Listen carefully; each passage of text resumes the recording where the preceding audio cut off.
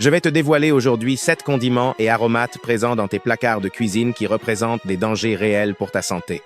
Nous allons parler de métaux lourds cachés, de falsifications sophistiquées où tu paies le prix fort pour des ingrédients de substitution sans valeur, et de substances interdites qui continuent de contaminer notre alimentation. Il ne s'agit pas de produits rares ou exotiques, mais bien des ingrédients que tu utilises quotidiennement pour agrémenter tes plats. Préparer tes sauces, relever tes viandes et parfumer tes desserts.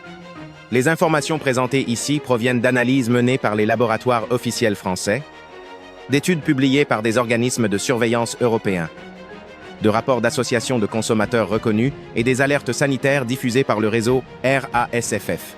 Entrons dans le vif du sujet. Premier problème, le paprika en poudre. Quand la couleur intense cache une contamination invisible, le paprika hongrois et espagnol jouit d'une réputation mondiale pour sa teinte rouge éclatante et son arôme distinctif.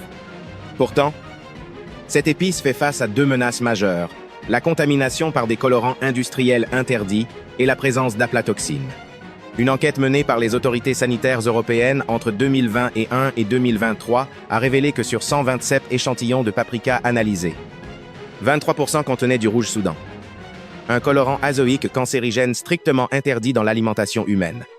Ce colorant est ajouté intentionnellement pour intensifier la couleur rouge et donner l'impression d'un produit de qualité supérieure. Le rouge soudan est classé comme génotoxique et cancérigène. Il endommage l'ADN cellulaire et augmente significativement le risque de développer des cancers, notamment du foie et de la vessie.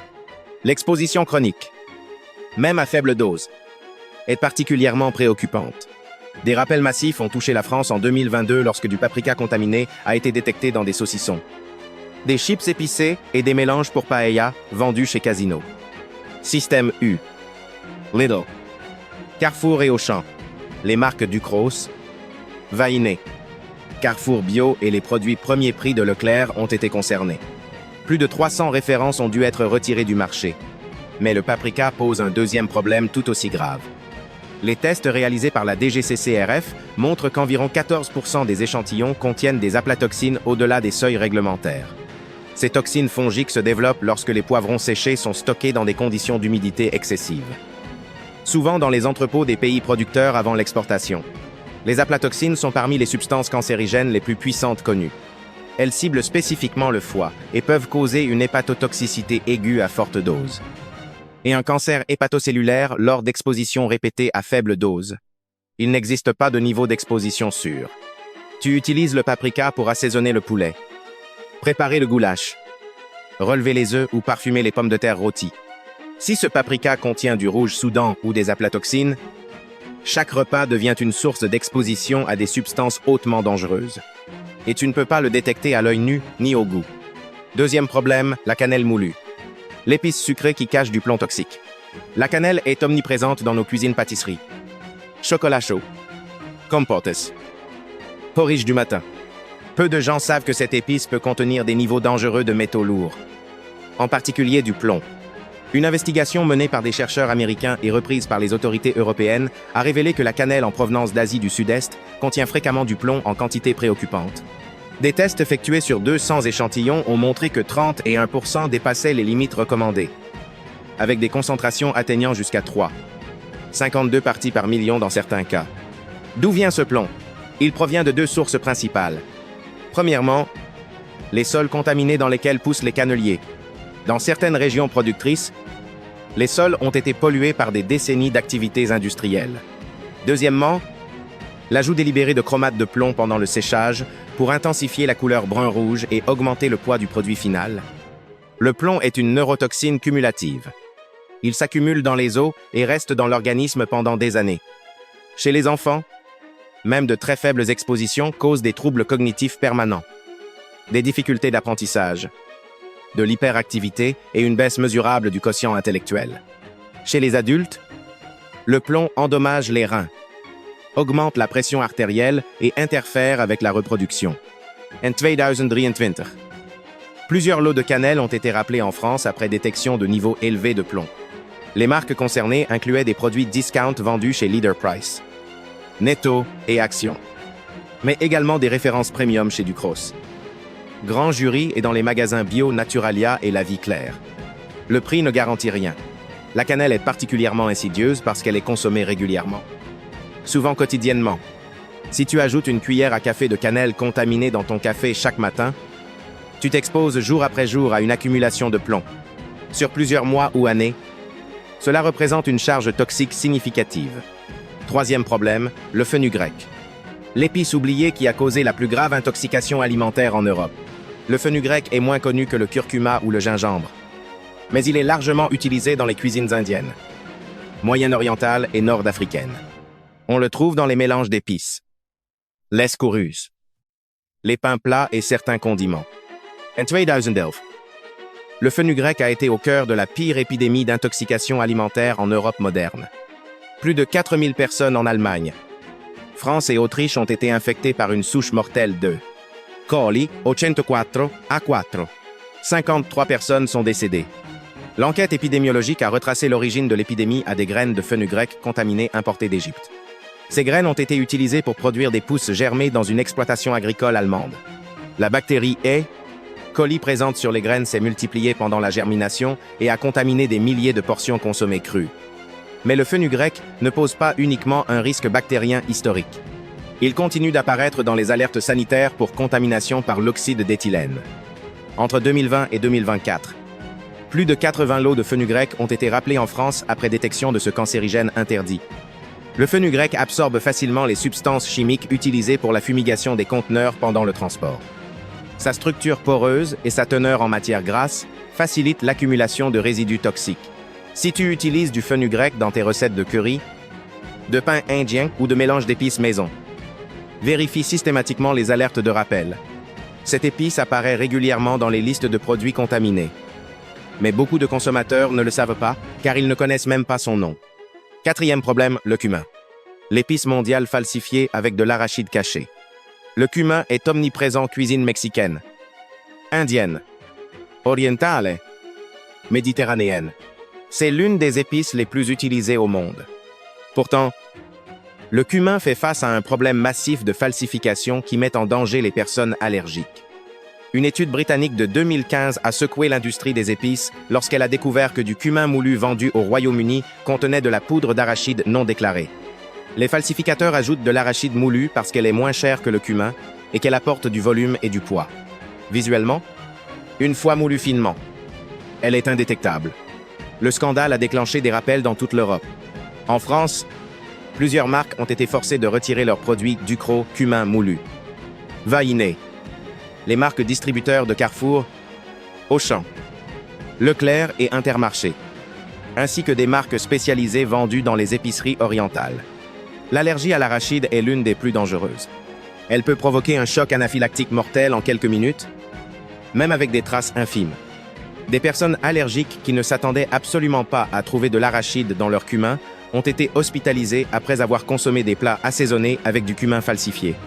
Imagine préparer un tagine, un chili con carne ou un curry en pensant utiliser du cumin pur, alors que ton pot contient jusqu'à 40% de poudre d'arachide. Si un membre de ta famille est allergique, les conséquences peuvent être fatales, même après le scandale de 2015. Le problème n'a pas disparu. Des tests effectués en 2022 par des associations de consommateurs ont encore trouvé des traces d'allergènes non déclarés dans certains cumins vendus en France. Le cumin fait également face à la contamination par l'oxyde d'éthylène. Il apparaît régulièrement dans les alertes RASFF pour cette substance cancérigène. Lorsque tu achètes du cumin, tu paies pour une épice pure, mais tu risques d'obtenir un mélange falsifié contenant des allergènes cachés et des résidus de pesticides interdits. Cinquième problème, le piment en poudre. Le multiplicateur de contamination croisée. Le piment en poudre. Qu'il s'agisse de cayenne, de piment d'Espelette ou de piment rouge générique. Cumule plusieurs risques. Premièrement, comme le paprika. Il est vulnérable à la contamination par le rouge soudan. Les fraudeurs ajoutent ce colorant interdit pour intensifier la couleur rouge vif qui caractérise les piments de qualité. Des tests européens ont révélé que 18% des piments en poudre analysés contenaient ce cancérigène. Deuxièmement, le piment est souvent falsifié avec des charges moins chères. Des analyses microscopiques ont détecté de la brique pilée, de l'argile rouge, de l'amidon coloré et même de la sciure de bois teinte en rouge dans certains échantillons. Ces matériaux ajoutent du poids et du volume sans avoir aucune valeur nutritionnelle ni gustative. Troisièmement, Le piment absorbe facilement les aflatoxines si les poivrons ont été séchés et stockés dans des conditions humides. Une étude turque a trouvé des aflatoxines dans 27% des échantillons de piment analysés, avec des concentrations dépassant parfois 10 fois les limites légales. Quatrièmement, les niveaux de pesticides dans le piment dépassent fréquemment les seuils autorisés. Les piments sont des cultures intensives traitées massivement contre les insectes ravageurs. Les résidus s'accumulent dans les fruits et persistent après le séchage. Un rapport de 2023 a révélé que 42% des piments testés contenaient des résidus de pesticides multiples, parfois jusqu'à 7 substances différentes dans un seul échantillon. Si tu utilises du piment pour préparer des sauces piquantes, assaisonner des tacos ou relever tes plats, tu t'exposes potentiellement à un cocktail de contaminants colorants interdits, charges inertes, mycotoxines cancérigènes et pesticides persistants. Tout cela dans une seule cuillère à café. Sixième problème, les mélanges d'épices préfabriqués. La boîte noire de la contamination, les mélanges tout prêts comme les herbes de Provence. Le mélange 4 épices. Le ras el hanout ou les épices pour couscous sont pratiques. Tu ouvres le pot.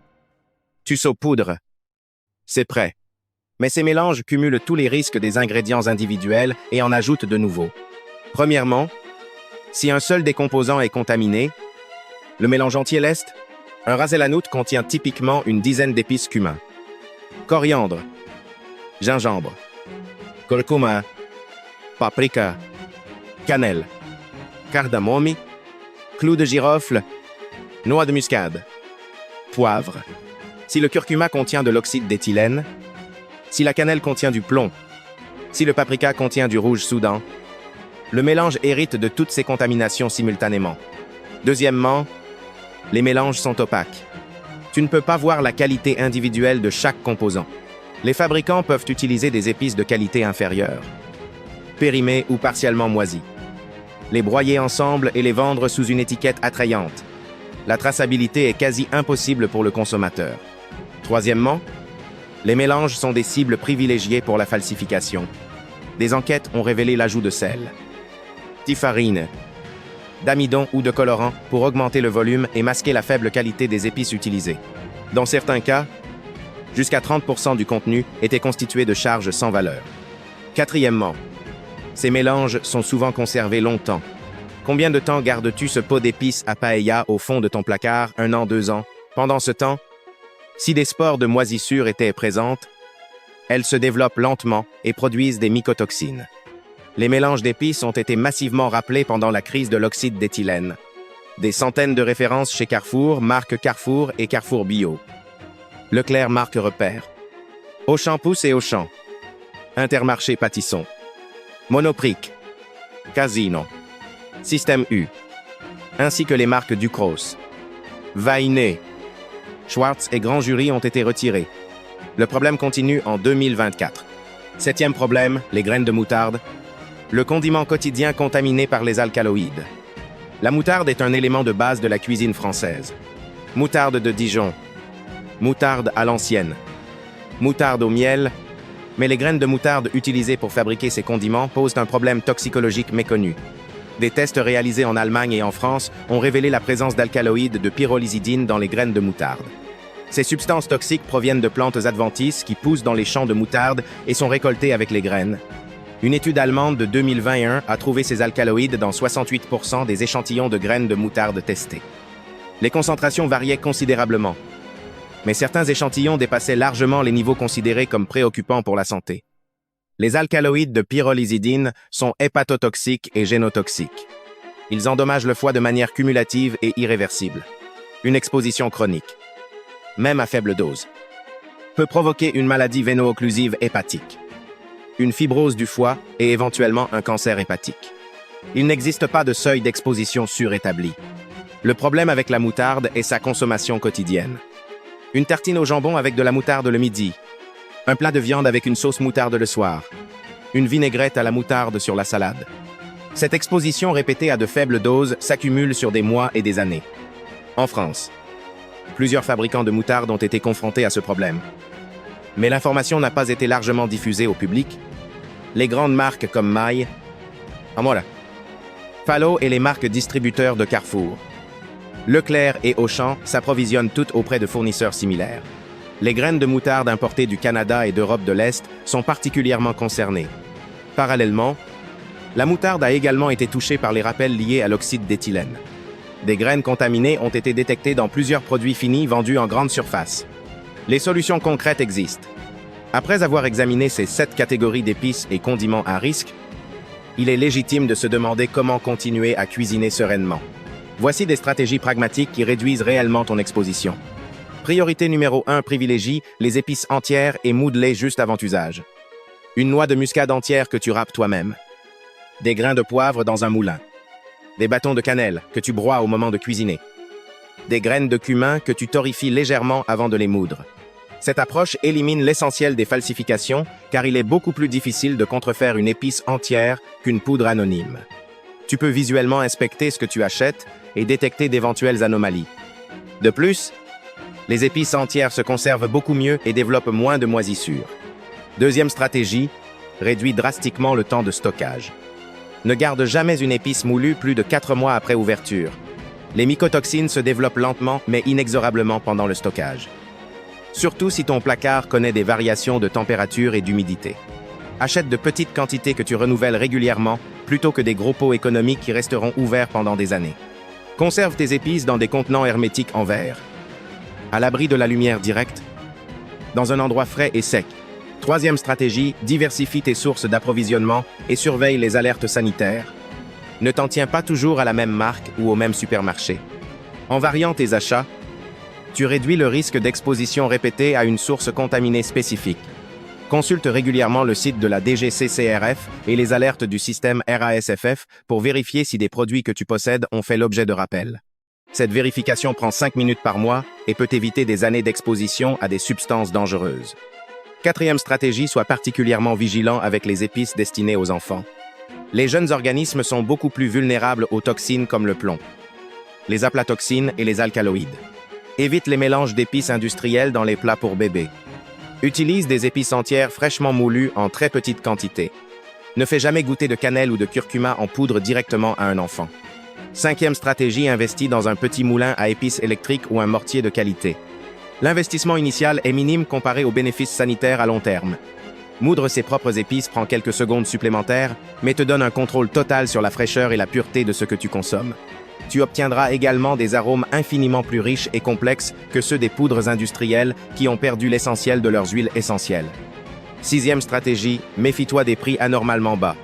Une épice vendue moitié moins cher que la moyenne du marché devrait éveiller ta suspicion. La production d'épices de qualité a un coût culture. Récolte manuelle. Séchage contrôlé. Tri. Conditionnement. Transport. Si le prix est dérisoire, demande-toi ce qui a été économisé ou falsifié. Cela ne signifie pas que tu doives acheter les marques les plus chères, mais évite les offres trop belles pour être vraies.